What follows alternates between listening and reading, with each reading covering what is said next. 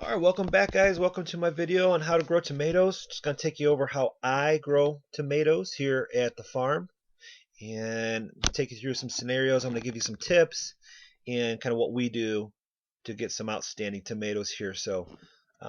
First of all, number one tip is you want to make sure that you're growing your tomatoes in a sunny location. You have to have at least 6 hours of sun. If you can, 8 to 12 hours of sun is best for the tomatoes, and you definitely want to make sure that you're outside of the frost zone in your area. So up here in northern Ohio, this is actually June 1st when I'm making this video, and last night our temperatures got into the low 40s. Kind of scary. Typically at this time of the year you don't have temperatures that low, but you just want to make sure if you got a cold stretch there, you want to cover them up because they will die at the first touch of frost. So basically your time to harvest is going to be 60 to 100 days, depending on if you've got seedlings, if you've bought small plants. A lot of times if you do have that, it will be quicker. But if you're starting from seed and you start indoors, you want to keep that harvest time to about 2 months to 3 months. Hardiness zones. You can plant tomatoes anywhere as long as it's summer. As long as there's no chance of frost, you're okay. The optimal growing temperature is going to be 60 to 90 degrees Fahrenheit, which is 15 to 32 degrees Celsius.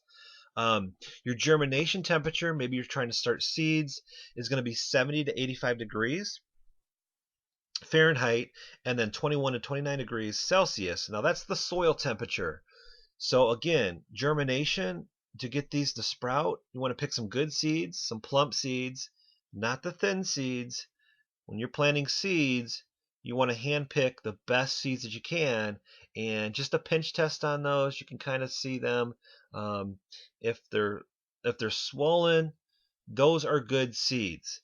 So you don't want any flat seeds when you're planting tomato seeds. Make sure they're plump, okay? So again, germination temperature between 70 and 85 degrees Fahrenheit, which is 21 to 29 degrees Celsius. That is going to be your soil temperature. That's not the air, soil temperature. And then optimal growth temperature, this is the air, 60 to 90 degrees, okay, which is 15 to 32 degrees Celsius. Germination usually takes between 7 and 14 days, so you're looking at a week to 2 weeks. Typically, if your soil conditions are good, you're going to get sprouts within the first week. Light preferences, you want these in full sun. You don't want to go anything less than 6 hours, up to 12 hours of direct sunlight per day. If you're into the science and you're looking at pH levels, your pH levels you want between 6.2 and 6.8. And then I space my plants, when I get them out in the garden, I space them between 18 and 36 inches. And that usually depends on whether they're cherry tomatoes or regular tomatoes, whatever. So 18 to 36 inches apart, that gives you plenty of room to work with the vines. Okay, soil amendments. We're going to get on to what to put in the ground to get a good tomato. But what I recommend is using a product called Roots Organic. It's completely 100% organic. It's stuff that's not going to hurt you. It's not synthetic. It's got a lot of good things in it. It's got microbes, all sorts of good stuff. If you've watched any of my videos in the past, you know I really plug Roots Organic. I'm not a spokesman or anything for them. I don't get paid any money by promoting their products, but I can just tell you from past, comparing things where I've used and grown in the Roots Organic compared to just regular soil or some other soil, some other name brand, just doesn't compare. All right, so some of the things that you might want to put into the soil to help it. Alfalfa meal is great. It's great for some early season nitrogen. Typically, you can go 8 to 12 pounds for 100 feet. Or we go 2 pounds per 10 feet, like in a row. So I've got a row of 10 feet. I'm going to use about 2 pounds of alfalfa meal and I'm going to mix that into the soil. Alfalfa meal is the best all-around fertilizer I found. Um, Something that's handily available at any store, and tomatoes love the alfalfa meal. Another thing that you could use is something that's called feather meal. Feather meal is ground up chicken feathers. And on the feather meal, you're going to use 1 to 1.5 pounds per 100 square feet, or about a cup per 10 feet in a row. So 1 cup per 10 feet in a row. That's the feather meal. Another great thing that I just started using actually here recently too is called Kelp Meal. Now, if you guys are going with the Roots Organic, this is another thing about the Roots Organic. It has the kelp in it. Kelp provides potassium, trace minerals, and helps plant immunity. It's a really good organic product. So I always start with about 3 to 4 inches of good garden compost or mushroom compost. You want a nice layer of this, like I said, for your tomatoes. The tomatoes just thrive in compost. You want to be able to mix that into the soil, and then you can add the alfalfa meal, the feather meal, kelp meal. There's all sorts of things. If you have any questions on that, post the questions below, and we'll get to the questions when we can. And as a community here, we can help each other out. So there's nothing like a hoe and a little elbow grease, or maybe a small tiller, like a Manus. You mix in the compost, the soil amendments, the topsoil together.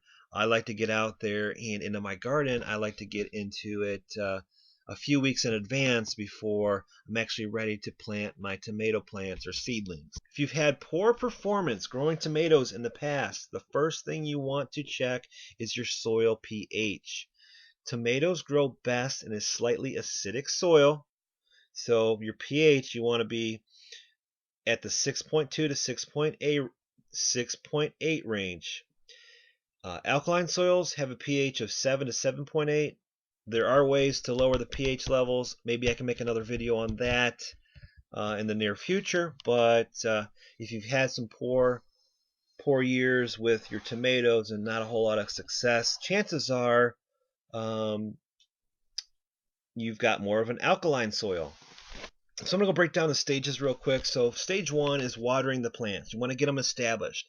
The first 2 weeks after planting, water a little bit every day or every other day if it doesn't rain. You really want to get these watered. You want to get them settled in and established. Overhead watering is the best at this stage. Okay, after the first 2 weeks, we're going to get on to stage 2. And when you're watering, you want to make sure the tomatoes are stretching their roots out. After the tomatoes have been in the ground for 3 weeks, when the vines are thickening up and they're beginning to grow aggressively, you want to back off the watering. Let them dry out for a few days. At this stage, you want to make sure your tomatoes work to sink their roots deeper to find water. You want them to set a good base down. So it's really hot and they're wilting. Give them some water. But at this point, make them stretch. Not stress them excessively, but make them search for water. After a few days, give them a good deep soaking, saturate the soil, let it dry out again for a few days, and then make your tomatoes stretch for the roots even deeper into the soil. Basically, you're getting them used to digging deep for water without really stressing them out. So the first 2 weeks, you want to water them literally every day. Do not let the soil dry out. After the 3rd week, you want to water them every couple days, maybe 2 days in between. Let the ground dry out a little bit. Let those roots dig in. Let those roots dig deeper in search of water. Okay? If it's really hot and they're wilting, then give them water. But like I said, let that soil dry out a little bit. Let those roots get in there and really establish themselves. When you're growing tomatoes, the deeper the root systems, the more nutrients they can pull from the soil. So that's the reason why I say this is, after that 3rd, 4th week, water when it's dry, give them a couple days, let those roots search for nutrients, get into the soil, dig deep, and the bigger root system, the better tomato. That makes sense. Large, robust plants, they put off garden pests, okay? They resist diseases, and they fruit more heavily. So really stage 3 is watering when the tomatoes are fruiting now. They start to produce fruit. You want to make sure that you're watering basically every day again, and you do not want the soil to dry out. Tomatoes use a lot of water, so you want to make sure that the soil is staying moist. If you've ever had a tomato split, normally what has happened is that plant has become dehydrated, and then you fed it a bunch of water, and then the fruit swells and actually splits, causes it to split. So you don't want to do that. You want to make sure that you're always using even amounts of water. So as the vine starts to grow and you've staked them out and you've got support for them, you want to just keep an eye out, maybe twice a week. Remove some suckers, let them grow upwards, and don't let them grow outwards. I like to let them grow up. Easy to harvest the fruit. Make sure you're moving the suckers. Alright guys, I hope you enjoyed the video. If you've got any questions, make sure you leave a comment in the bottom. I will try to make it to all the questions that I can. And with the garden community that's growing here at First Class Gardens, hopefully we can help each other out and make it a great growing season. Good luck to everybody out there. If I've missed anything or you have any questions, like I said, leave a comment down below. You can also follow us on Twitter. Make sure you check that link down below as well. And happy growing, guys. We'll talk to you soon. As your fruit starts to emerge and starts to grow, tomatoes really take off. There can be a lot of tomatoes. It can be overwhelming. You want to make sure you're supporting your vines.